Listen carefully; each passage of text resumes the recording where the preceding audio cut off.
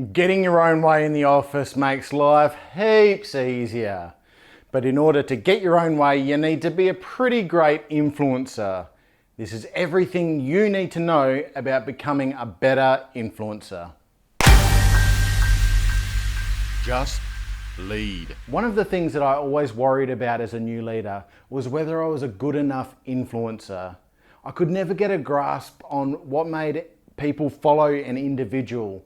What made great influencers really good at what they did? How did Martin Luther King sell his dream to the world? And what made people pick up arms and fight a war for a government they may or may not have voted for? Throughout my career, I've become a better influencer over time. The trouble is, I'm not sure what makes me a better influencer today than yesterday. If I was interviewed tomorrow for a job about influencing change, I'd be able to concoct some story about selling the why to the team, maybe something about changing behaviours and encouraging the change. But I don't really know what goes into the mechanics of influencing an individual. In pursuit of the answer to this question, I've created this video. In the research of the video, I intend to learn more about myself, and in doing so, provide improvement points for you so that you can improve your influencing skills. Little old naive me. I type into Google the psychology of influencing, and what pops up? The psychology of what allows Kim Kardashian to get away with what she gets away with. There is surprising relevance to what she does and what leaders could use in their own toolkits. Our Instagram influencers are really great at selling themselves and their lifestyles. This is a skill set that we could use as leaders. Let's break it down. Well, basically, this is encouragement from one individual to another to exhibit certain characteristics and behaviors. These are largely unconscious. They're a set of cues that come from another individual that you pick up on in order to enact a certain characteristic or behavior. When those cues are missing, you're less likely to be influenced by that individual. Because it's unconscious, it makes it incredibly difficult to work out when and if you're being influenced. Influence is incredibly important to leadership.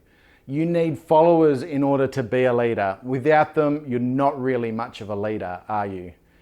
If you understand the inputs to influence, it gives you more of an ability to pull the certain levers that you need in order to influence others. The factors of influence are varied and many, but here are a few of the key ones. Think about the woodworking channels, the makeup channels, the travel vlogs, whatever you may watch on YouTube, and think about the authority that that person holds in what they're telling you, the expertise that they carry themselves with.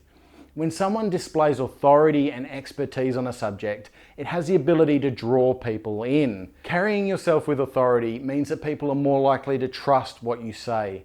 And when people trust what you say, they're more likely to do what you ask them to do. In leadership, your authority and your expertise comes from your competence in the role and the experiences that you've had prior to that role. The more willing you are to leverage your position of power in that role, the more likely you are to influence others. I think about myself in the electrical superintendent role. Over time, I became more comfortable with the position and the leadership that's required of it. And with that comfort came greater confidence that displayed itself as authority. Decisions are required to be made every day by everyone. Some studies suggest that upwards of 35,000 decisions per day are being made per person. That many decisions leads people to describe the exhaustion at the end of the day as decision fatigue. Each decision requires time and energy. So any time that someone else is willing to make the decision for you, you're really willing to let that happen. And social media influencers really leverage this idea by telling you what products that you should be using, and they're products that give them a kickback. At this time, it feels like an appropriate moment to tell you that I do have a Patreon community that you can join and really get tapped into my one-on-one coaching where I can give you advice specifically for you. So join Patreon. It's not that expensive. As a leader, a willingness to make decisions and proving yourself as a decent decision maker will ensure that your team will really listen to you when you're making those decisions. When you're eager and happy to make decisions, your team will readily be influenced by those decisions. People are more likely to be influenced by others that they can relate to, that they can build a connection with. They're more likely to be influenced by people that they can rely on, that they know that they're going to get the same version of them every single time. Consistency is key to an influencer's toolkit. Social media influencers spend a lot of time building up their brand so that they're really consistent with who they are each and every time they put themselves on camera. As a leader, you also need to build a brand and be consistent with it. What do you stand for? What's important to you? What are your expectations? When you are genuine and honest with who you are to yourself and to others, it's going to become much easier to build a consistent brand that people can relate to. In the end, when you're dealing with people face to face, they want to know that they're dealing with a real person that lives in the real world, that is grounded. When you're your true self, this will readily come through. If as a leader, you're trying to portray some version of leadership that you think you need to portray because you've read some book or you've seen some other great leader, it's going to come off as disingenuous and it's going to become unrelatable to the team that you're trying to lead. It means that it's going to impact your ability to influence your team. Social identity theory was first penned in the late 70s by Henry Tajfel. It basically says that we define our identities by the people and the groups that we interact with.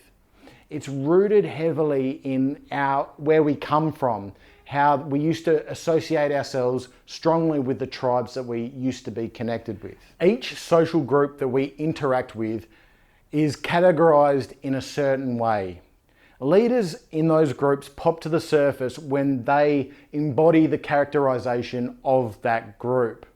The more cohesive and strongly connected the group, the more strongly that leader becomes the leader and the more influence that they have. They become the focal point for behaviors and attitudes of the group. And as that focal point, they're able to lead with influence. With mere suggestions, they're able to guide the direction of the group. What social media influencers do is really nurture their community and their followers. They really provide better benefits if you're a subscriber or a paid follower. They keep their community tight, and because of that, their influence in that community is able to grow and grow. As leaders, what we can learn from this is that we need to ensure that our team's identity is strong and make sure that you are associated with the identity of the team. If your team members think about who they are as a group, you should be popping into their mind. You should exhibit everything your team stands for. Make your team tight, a community that has each other's back, and you will see your influence rise. What are your energy levels like? What energy are you bringing to work day in, day out? High energy people tend to attract the focus of a group. And we know that positive energy and positive attitude is contagious. By just being a positive person and bringing that energy to the group, it really lifts your ability to be able to influence a team. Let's think about our social media influencers. For the most part, there are some rare exceptions. They are high energy, positive people. But you better believe that they're not always like this. They gear themselves up for when they're on camera to be that positive energy self. Their positivity is contagious. Their followers follow them because they want part of what that influencer has. Others can feed off your energy. Now think about yourself at work. What are your energy levels like? Are you miserable when you're at work? Do you carry yourself that way as the leader of a team? If you do, you might need to reflect on yourself because it's really impacting your ability to influence your team. No one wants to be associated with a miserable guy at work. I think about myself and my brain chemistry, and I'm kind of wired a little bit weirdly. In a maintenance team, it's perfect because for me, when it's high energy, high stress, that's when my positivity comes to the forefront and I'm high energy in the world that we're in. For me, I'm in maintenance. If I'm not excited about fixing things, why would I be working in a maintenance team? The illusion of majority is a phenomenon that impacts influence significantly. What it says is that people are willing to do certain behaviors and exhibit certain traits because they think everyone else is doing that, and that everyone else is not actually true. I really bring this up as a point to keep an eye on as a leader. Social influencers use the illusion of majority effectively in order to sell products on their platform. Think about woodworking channels. If you watch enough woodworking channels, you would think that Rubio Monocoat is the only finish for wood out there, when in fact it's just one of many. The influencers in the woodworking space have got us convinced that the only thing that we can use is that Rubio Monocoat. And I tell you what, Rubio's probably doing pretty well out of that situation. You can use the illusion of majority as a leader to manipulate your team. You just can. But you need to understand that that is dishonest, and you're gonna get found out for your dishonesty. And when that happens, trust is gone and you've eroded your position as a leader of that team. You need to be more aware of this illusion and this phenomenon because it will roll through your team from time to time, and you need to be able to stop it if it ever comes up. One example is people's behavior and attitude towards new employees.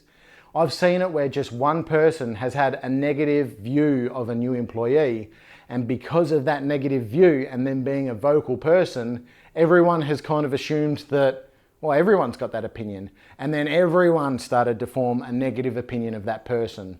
So as a leader, you need to be aware of that going on in the dynamics of your team so you can nip it in the bud when it comes up. Hopefully this helps you understand your power of influence.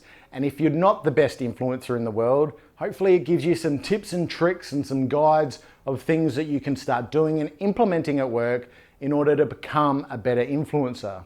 Do you have the character traits required to be a good leader? Well, click here to learn more about trait theory and its role in leadership.